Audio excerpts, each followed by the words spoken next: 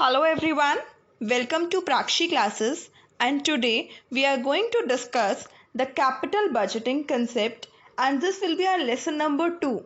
Capital budgeting के concept में हमने लेसन नंबर 1 में ये सीखा था कि एक्चुअली में कैपिटल बजटिंग डिसीजंस होते क्या हैं। आज इस लेसन नंबर 2 में हम ये सीखेंगे कि कैपिटल बजटिंग के डिसीजंस क्यों इंपॉर्टेंट होते हैं फर्म के पॉइंट ऑफ व्यू से, या आप इसके इंपॉर्टेंस बोलो या आप इसका नेचर बोलो या फीचर्स बोलो। आज हम कैपिटल बजटिंग के नेचर, फीचर्स या इंपॉर्टेंस पढ़ेंगे। ठीक है, ये जो कोर्स है ये BCom program as well as BCom honours as well as the MCom students के लिए बेनिफिशियल है। ठीक है, and the students who are preparing for the NTA NET JRF in commerce and management, उन लोग के लिए भी बेनिफिशियल है। बीकॉम प्रोग्राम के ये 3rd ईयर में अकाउंटिंग फॉर मैनेजर्स या फाइनेंशियल मैनेजमेंट सब्जेक्ट में है, सिमिलरली फॉर बीकॉम ऑनर्स, और एमकॉम में फाइनेंशियल मैनेजमेंट में ये आता है आपका capital budgeting, that is in 1st year, right. और जो एनटीए नेट के प्रिपरेशन कर रहे हैं उनका ये पूरा सब्जेक्ट है फाइनेंशियल मैनेजमेंट, उसमें ये बहुत इंपॉर्टेंट कंसेप्ट है कैपिटल बजटिंग, इसमें से क्वेश्चंस आते ही आते हैं। सो इस चैप्टर को मेरे साथ बहुत ध्यान से समझना है, क्योंकि ये जो कंसेप्ट है ये थ्योरेटिकल तो है, बट अगर आपको इसकी थ्योरी समझ आ गई तो ही आप इस कंसेप्ट को प्रैक्टिकली अप्लाई कर सकते हो। इसलिए ये इम्पॉर्टेंट है कि आपको इसकी थ्योरी भी समझनी है और प्रैक्टिकल कंसेप्ट भी समझना है। थ्योरी के कंसेप्ट से अगर बात करें तो कैपिटल बजटिंग का मतलब क्या है, नेचर क्या है कैपिटल बजटिंग का, या क्या प्रोसेस है कैपिटल बजटिंग का, या ऐसे आ सकता है कि explain the techniques of capital budgeting, या कोई पर्टिकुलर टेक्निक का नाम आपको दे दिया उसको एक्सप्लेन करना आ सकता है। तो बेसिकली थ्योरी इज़ इम्पॉर्टेंट, मैं मना नहीं कर रही हूँ, बट इसकी प्रैक्टिकल रेलेवेंस होना भी बहुत ज़रूरी है। आपको अगर आ गया कि इस टेक्निक के आपको एक्सप्लेन करनी है technique with a practical approach, तो टेक्निक को एक्सप्लेन करना तो थ्योरी पार्ट है, बट उसकी प्रैक्टिकल अप्रोच रखना, दैट मीन्स उसको प्रैक्टिकली समझाना, तब तक आप नहीं समझा पाओगे जब तक आपको इसका प्रैक्टिकल क्वेश्चन नहीं आता होगा।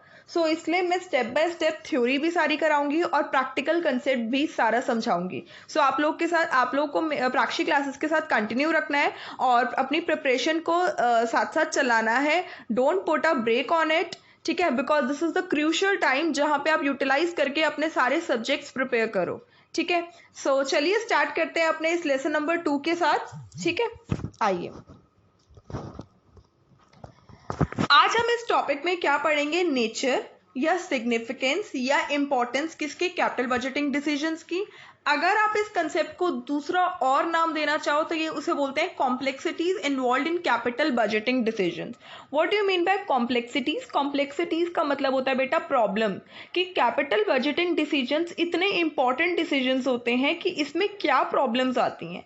तो आपके पास अगर किसी भी नाम से आ जाए कि explain the nature of capital budgeting, तो भी आप यही टॉपिक लिखेंगे। Explain the importance of capital budgeting decisions, तो भी आप यही टॉपिक लिखेंगे। Explain the features of capital budgeting decisions, तो भी आप यही टॉपिक लिखेंगे। एक्सप्लेन द कॉम्प्लेक्सिटीज और the problems involve in capital budgeting decisions, तो भी आप यही टॉपिक लिखेंगे। ठीक है, दैट मीन्स एक टॉपिक आपके 4 टॉपिक को प्रिपेयर कर रहा है। ठीक है, तो बेसिकली आप लोग को क्या याद रखना है, आप लोग को मेन हेडिंग्स याद रखनी होती है, राइट। मेन हेडिंग्स को याद करके अंदर का जो कंसेप्ट होता है उसको आप समझ लो, क्योंकि बेटा देखो बहुत सारी सब चैप्टर्स होते हैं, आप सब याद नहीं कर सकते, इसलिए मेन हेडिंग्स को याद करके जो मेन हेडिंग्स में अंदर का मैं समझाऊंगी वो समझना अच्छे से और उसको अपनी लैंग्वेज में लिखने की कोशिश करना, राइट। चलिए स्टार्ट करते हैं। नेचर, सिग्निफिकेंस या इंपॉर्टेंस का मतलब ये है कि कैपिटल बजटिंग डिसीजंस में ऐसे कौन से की पॉइंट्स होते हैं जो हमें ध्यान में रखने होते हैं। कैपिटल बजटिंग डिसीजंस को हम इंपॉर्टेंट क्यों कहते हैं, इसके पीछे 5 पॉइंट्स हैं जो मैं आपके साथ डिस्कस करूंगी। ओके, चलिए स्टार्ट करते हैं अपने फर्स्ट पॉइंट के साथ। पहला पॉइंट क्या कहता है? पहला पॉइंट कहता है हाई डिग्री ऑफ रिस्क। अगर आप एक नॉर्मल सी बात सोचें, आप कैपिटल बजटिंग डिसीजन लेने जा रहे हैं, आप एक फाइनेंस मैनेजर हैं। मैंने क्या बताया, कैपिटल बजटिंग डिसीजंस क्या डिसीजंस होते हैं, लॉन्ग टर्म इन्वेस्टमेंट डिसीजंस होते हैं। You have to invest the funds. अब ये जो फंड्स हैं ये कुछ तो ओनर्स फंड है और कुछ तो बोरोड किया हुआ फंड है। जो आप लोग बाहर से पैसा बोरो करते हैं तो फिर बाहर का जो पैसा आपने बोरो किया तो वो फ्री में तो बोरो नहीं होगा ना, आपको भी उसे इन रिटर्न कुछ देना पड़ेगा। तो जो पैसा आपने बोरो किया आपको उसके रिटर्न में कुछ देना पड़ेगा, इसके लिए आपको उस पर डबल पैसा कमाना पड़ेगा। तो फाइनेंस मैनेजर के ऊपर बहुत बड़ा बर्डन होता है कि उसको इतना रेट ऑफ रिटर्न तो कमाना ही कमाना है कि वो जो उसने पैसा बाहर से बोरो किया उसका रिटर्न भी पे बैक करे और जो उसने अपना पैसा यूज किया उसका रिटर्न भी वो कमाए। That why it involves a high degree of risk, because आज हम इन्वेस्टमेंट कर रहे हैं बट फ्यूचर में रिटर्न्स आएंगे और फ्यूचर कोई ऐसा बंदा नहीं है जो भविष्यवाणी को प्रिडिक्ट करे। फ्यूचर को आप प्रिडिक्ट कर ही नहीं सकते। ऑन एन एवरेज बेसिस में आप फ्यूचर को एस्टिमेट कर सकते हो बट एक्यूरेसी के साथ आप प्रिडिक्ट नहीं कर सकते। एक्यूरेसी मीन्स 100% करेक्शन के साथ, राइट? तो अब देखो, कैपिटल बजटिंग डिसीजंस क्या रिक्वायर करते हैं? Huge amount of cash outflow. आज आप आउटफ्लो दे रहे हो, ठीक है, इन प्रेजेंट पीरियड, बट रिटर्न्स आएंगे। रिटर्न्स किसकी फॉर्म में आएंगे? कैश इनफ्लोस की फॉर्म में, only in future period. Cash outflow मतलब जो पैसा आज जा रहा है प्रेजेंट पीरियड में, और रिटर्न्स किस फॉर्म में आते हैं? Cash inflows. कब आते हैं? फ्यूचर पीरियड में। ये लाइन याद हो गई? ठीक है। The future always has a lot of uncertainties. Future जो होता है is always known to be uncertain. Future uncertain है। सर्टेन का मतलब जो चीज होनी होनी है, बट जो चीज पता ही नहीं कि होगी या नहीं होगी वो फ्यूचर है। And there is no tool और technique is available so that it can be estimated correctly. और अभी तक ऐसी कोई टेक्निक नहीं बनाई गई कि आप फ्यूचर को प्रिडिक्ट कर लो करेक्टली 100% एक्यूरेसी के साथ। The estimating of future cash inflows, estimate करना कि फ्यूचर में कितना कैश इनफ्लो आएगा। अच्छा, फ्यूचर में जो कैश इनफ्लो आएगा आज हम उसकी प्रेजेंट वैल्यू कंपेयर करते हैं, राइट? क्योंकि फ्यूचर का जो पैसा है और आज का जो पैसा आप लगा रहे हो, आप दोनों को मैच नहीं कर सकते बेटा। अगर आज जो चीज आप खा रहे हो और फ्यूचर में आप क्या खाओगे, आप दोनों को कंपेयर नहीं कर सकते क्योंकि they are on the different time periods. हमेशा हम जो मैच करते हैं वो सेम बैलेंस पे मैच करते हैं। अगर मैं बोलूं कि मेरे अकाउंट्स में 100 में से 95 मार्क्स आए हैं और मेरे कंप्यूटर में 50 में से 40 आए हैं, I can't match them, I can't compare them. Why? Because एक आप 100 में से बता रहे हो और एक आप 50 में से बता रहे हो। तो कंपेयर करने के लिए हमेशा जो बेस होता है वो सेम होना चाहिए। तो इसलिए जो हम फ्यूचर में कैश इनफ्लोज हमें मिलने वाले हैं उसकी प्रेजेंट वैल्यू हम कैलकुलेट करते हैं आज। अगर मैं उसकी प्रेजेंट वैल्यू कैलकुलेट करूं तो ही मैं प्रेजेंट वैल्यू के आउटफ्लो के साथ कंपेयर कर सकती हूँ। बेस सेम हो गया ना? बात क्लियर हो रही है? आज जो मैं पैसा लगा रही हूँ उसको मैं फ्यूचर के पैसे के साथ कैसे कंपेयर कर दूं? बेस ही सेम नहीं है। बेस को सेम करने के लिए जो पैसा मुझे फ्यूचर में मिलेगा उसको मैं आज की वैल्यू में कन्वर्ट करके दिखाऊंगी कि आज उस पैसे की कितनी वर्थ होगी। तो इसको एस्टिमेट करना बहुत बड़ा टास्क है। The cut off rate, that is cost of capital. वही कि क्या रेट ऑफ रिटर्न एक्सपेक्ट करता है शेयर होल्डर या इन्वेस्टर, जो पैसा हम इन्वेस्ट कर रहे हैं, जिससे हम पैसा ले रहे हैं, वो क्या रेट ऑफ रिटर्न एक्सपेक्ट करेगा, कितने रुपए पे मुझे उससे पैसा मिलेगा, इसको भी एस्टिमेट करना बहुत दिक्कत है। And the life of project is really a very complex task. जिस प्रोजेक्ट में मैं पैसा लगा रही हूँ वो कब तक चलेगा, उसकी क्या लाइफ है। मशीन अगर मैं खरीद रही हूँ वो 10 साल तक चलेगी, 8 साल तक चलेगी, 7 साल तक चलेगी, you don't know, you just estimate it. इन सब चीजों को एस्टिमेट करना is a biggest task, complex task. Complex means difficult task. All these reasons make these decisions more difficult. इन्हीं रीजन्स की वजह से हमारा जो ये कैपिटल बजटिंग डिसीजंस होते हैं वो बहुत क्या हो जाते हैं, डिफिकल्ट डिसीजंस बन जाते हैं। तो पहला पॉइंट क्या है, हाई डिग्री ऑफ रिस्क। तो आप क्या लिखेंगे, कैपिटल बजटिंग डिसीजंस में आपको कैश आउटफ्लो देना होता है प्रेजेंट पीरियड में, बट जो रिटर्न्स आते हैं इन एंटिसिपेशन ऑफ, एंटिसिपेशन मतलब expectation of future returns. Returns आपको फ्यूचर में आते हैं in form of cash inflows, but जो फ्यूचर होता है वो अनसर्टेन होता है। It can not B estimated with 100% accuracy. तो द बिगेस्ट टास्क क्या है इसमें कि फ्यूचर के कैश फ्लोज कितने आएंगे इनको एस्टिमेट करना। Cut off rate, that is cost of capital. जो पैसा मुझे चाहिए है उसको अगर मैं बोरो करती हूँ तो वो कितने रेट ऑफ रिटर्न पे इन्वेस्टर हाँ भरेगा कि इतना रेट ऑफ रिटर्न तो मुझे चाहिए इन पैसों पे, या जो पैसा मुझे चाहिए वो पैसा मुझे कितने रेट पे मिलेगा मार्केट से। और तीसरी बात, क्या प्रोजेक्ट की लाइफ होगी, जो पैसा मैं लगा रहा हूँ किसी भी प्रोजेक्ट में वो कितने साल तक चलेगा। ये सबको डिसाइड करना इज अ बिगेस्ट टास्क। इस पॉइंट पे आपको ये लिख कर आना है। हिंदी याद रखो और इंग्लिश में कन्वर्ट कर लेना। दोबारा बता रही हूँ, पहले पॉइंट में हाई डिग्री ऑफ रिस्क में क्या लिखना है। पहला point, capital budgeting decisions involve cash outflow in present period in expectation of future cash inflows, right. पहला पॉइंट ये हो गया। दूसरा पॉइंट में आप क्या लिखोगे, but future is uncertain so it is not easy to predict it with 100% accuracy. अगर आप लोगों को लिखना है तो आप साथ साथ में लिख लो मेरे। और तीसरा पॉइंट क्या है कि future cash inflows, cut off rate and the life of the project, these are the important decisions which are so crucial to be taken। बस सिंपल, ये पहले पॉइंट पे आपको 3 पॉइंट लिखने हैं। क्लियर हुआ पॉइंट? आगे बढ़ो, चलो सेकेंड पॉइंट पे आ जाते हैं। सेकेंड पॉइंट क्या है, long term effect on profitability. अब इसको समझो। Capital budgeting decisions have a significant effect on the profitability of the business concern. These decisions not only affect the present earnings of the firm but also the profit making capacity of the firm for a very long time period। बेटा आपका जो पैसा है आप invest करने जा रहे हो, इसका मतलब है जो कंपनी ने सेविंग्स करी हो, ठीक है, और जो उसने बोरो किया है फंड्स, वो सारा का सारा पैसा इन्वेस्ट हो रहा है। इसका मतलब है अब जो कंपनी की ग्रोथ होगी, अब जो कंपनी की प्रॉफिटेबिलिटी होगी, वो डिपेंड करती है उसके प्रोजेक्ट पे। तो आज ये जो डिसीजंस वो ले रही है वो सिर्फ प्रेजेंट अर्निंग को इफेक्ट नहीं करते। ऑब्वियसली बात है, जो अर्न कर रही है कंपनी वो सारा का सारा डिविडेंड के रूप में अगर दे देगी तो इन्वेस्टमेंट कैसे करेगी। आप लोगों ने फाइनेंशियल मैनेजमेंट में डिविडेंड डिसीजन पॉलिसीज पढ़ी होगी, राइट। उसमें क्या होता है, उसमें ये देखती है कंपनी कि हमारे पास इन्वेस्टमेंट अपॉर्चुनिटीज हैं या नहीं, उसी के हिसाब से कंपनी रिटेन्ड अर्निंग्स करती है और उसी के हिसाब से डिविडेंड देती है।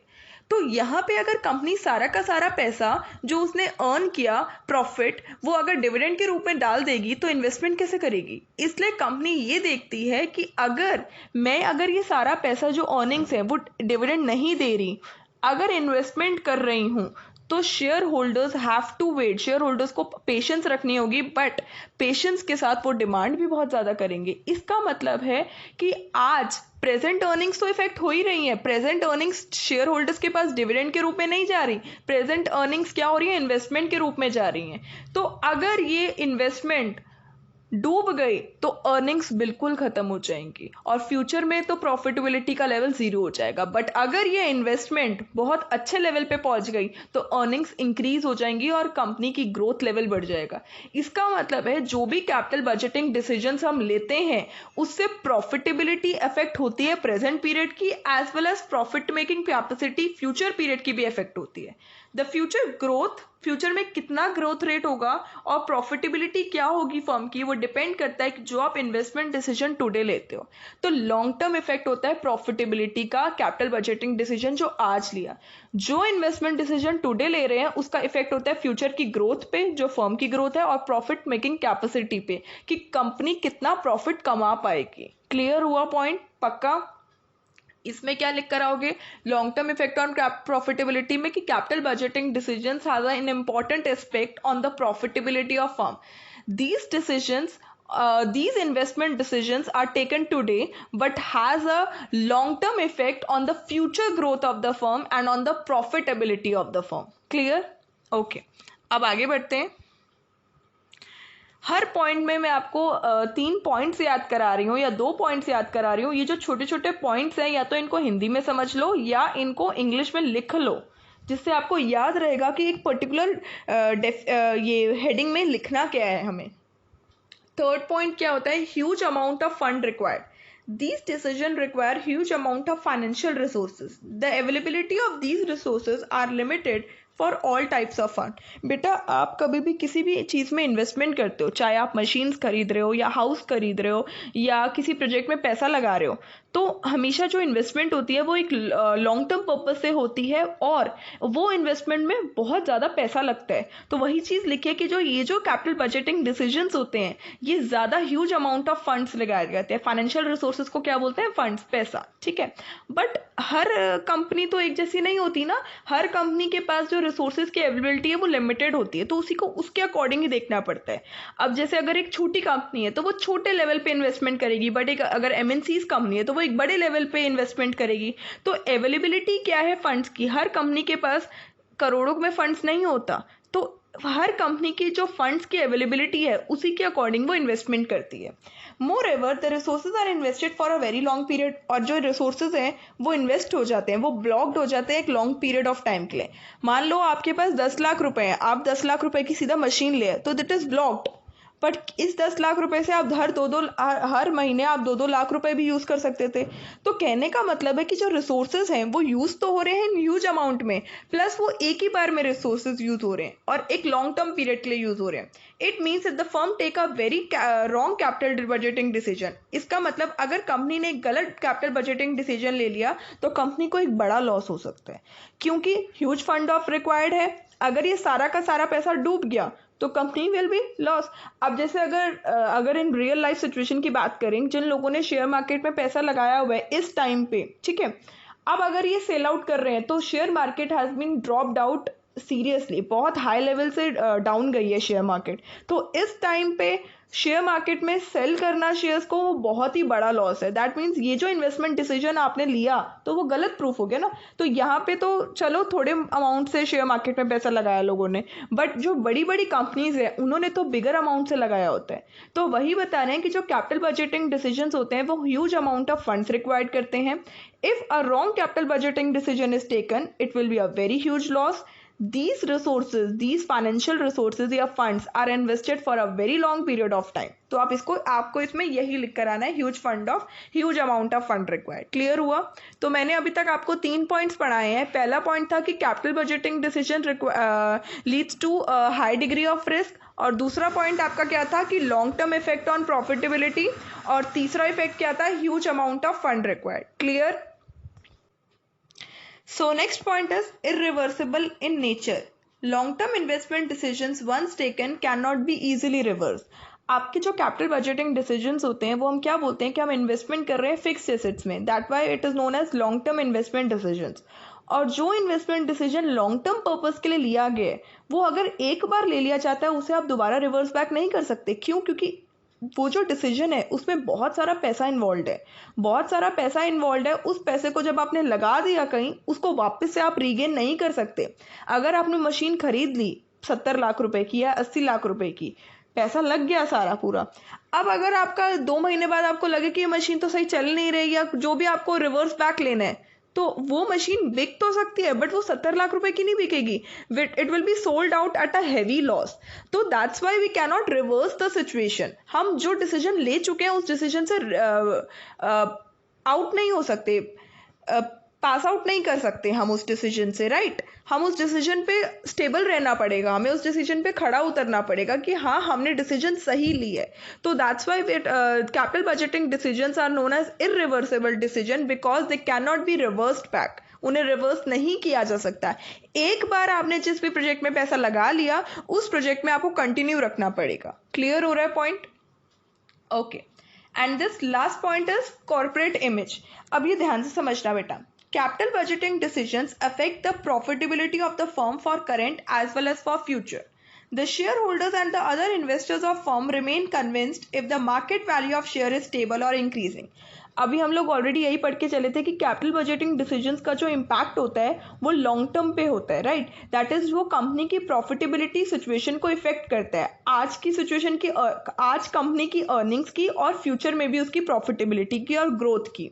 जो शेयर होल्डर्स होते हैं आपके या other investors of the firm के, वो कन्विंस्ड रहते हैं आपके इस इन्वेस्टमेंट प्रपोजल में जब तक आपके market value of share stable रहती है या इंक्रीजिंग होती है। अगर जो एक इन्वेस्टर है उसने आपके शेयर खरीदा है तो शेयर का जो प्राइस है अगर वो स्टेबल रहेगा या उसके शेयर का प्राइस बढ़ेगा तो शेयर होल्डर को फायदा होता है। तो शेयर होल्डर्स और अदर इन्वेस्टर्स ऑफ फर्म जो होते हैं वो तभी कन्विंस्ड होते हैं उस इन्वेस्टमेंट प्रपोजल से जिसमें आप इन्वेस्टमेंट लगा रहे हो, जब तक कि उनके शेयर का प्राइस घटना नहीं चाहिए। क्योंकि शेयर होल्डर्स की हामी कंसेंट उन्हें हमें इसलिए चाहिए होता है क्योंकि बेटा उन्हीं का तो पैसा है जो हम इन्वेस्टमेंट में लगा रहे हैं। तो जब तक वो सेटिस्फाइड नहीं होंगे कि कंपनी जो है वो हमारे पैसे को कहाँ यूटिलाइज कर रही है और अच्छे से यूटिलाइज कर भी रही है या नहीं कर रही, जब तक वो सेटिस्फाइड नहीं है तो आप किसी भी इन्वेस्टमेंट प्रपोजल पे पैसा नहीं लगा सकते। इसलिए जो कैपिटल बजटिंग डिसीजंस लिए जाते हैं वो इन्हीं की कंसेंट से, इन्हीं की हामी से लिए जाते हैं कि शेयर होल्डर्स कन्विंस्ड हो कि उनका market price of share fall out नहीं हो रहा है। और investment decision is being taken as good. Clear हो रहा है पॉइंट? अब आगे देखो,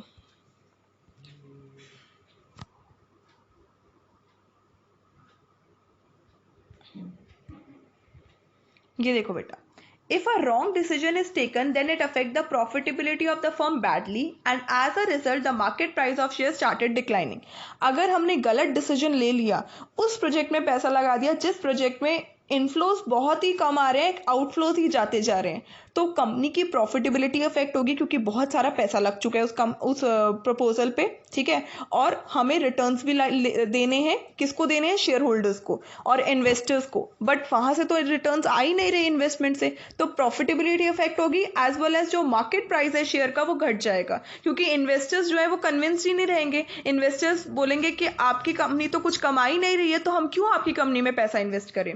सो the investors start to shift their investment to any other firm.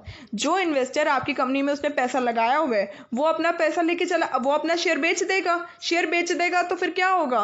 Investment shift हो जाएगी टू अदर कंपनी में। तो जो इन्वेस्टर मेरी कंपनी का था वो मेरा इन्वेस्टर रहा ही नहीं, तो जब मेरी कंपनी के इन्वेस्टर्स ही नहीं रहेंगे तो मार्केट प्राइस जो होगा शेयर का वो डिक्लाइन हो जाएगा, मेरी कंपनी की गुडविल खत्म होती जाएगी। All this is against the image of that firm. Company की इमेज दैट इज गुडविल खत्म हो जाएगी। So the image of the firm also affect by the success और failure of capital budgeting decision.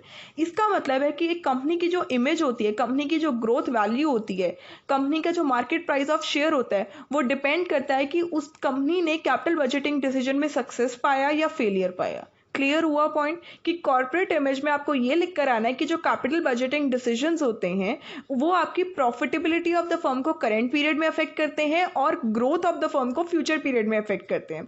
अगर कोई भी कैपिटल बजटिंग डिसीजन आपने गलत लिया तो it will affect the profit earning of the firm as well as the market price of share start declining, जिसकी वजह से this will let the investors to shift their investment from one firm to another and thus the image of the firm will go down. Image क्या हो जाएगी? Company की घट जाएगी।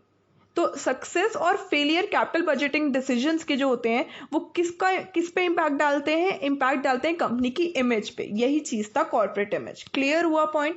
पांचों के पांचों पॉइंट्स आपको समझ आए हैं। पहला पॉइंट था high degree of risk, second point था long term effect on profitability, third point था आपका huge amount of funds required, fourth point था irreversible in nature, and fifth point था corporate image. These are the importance of capital budgeting decisions या nature of capital budgeting decisions बोलो या problems occurring in capital budgeting decisions बोलो। Clear? Okay. So thank you so much for watching this video.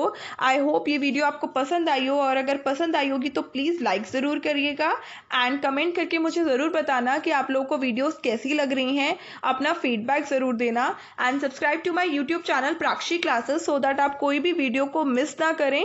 Her video एक series में है तो आपको सारे ही वीडियोज़ के सारे पार्ट्स कंटिन्यू रखने हैं एंड इसके अलावा मैंने और भी वीडियोज़ प्रोवाइड करी हैं बिजनेस मैथमेटिक्स से रिलेटेड, डिफरेंशिएशन, आपका annuity, compounding interest, ratio analysis. So please I request you all कि आप लोग वो वीडियोस भी देखें, it will help you a lot. So thank you so much, bye bye, take care and complete your preparation with Prakshi classes. So bye bye.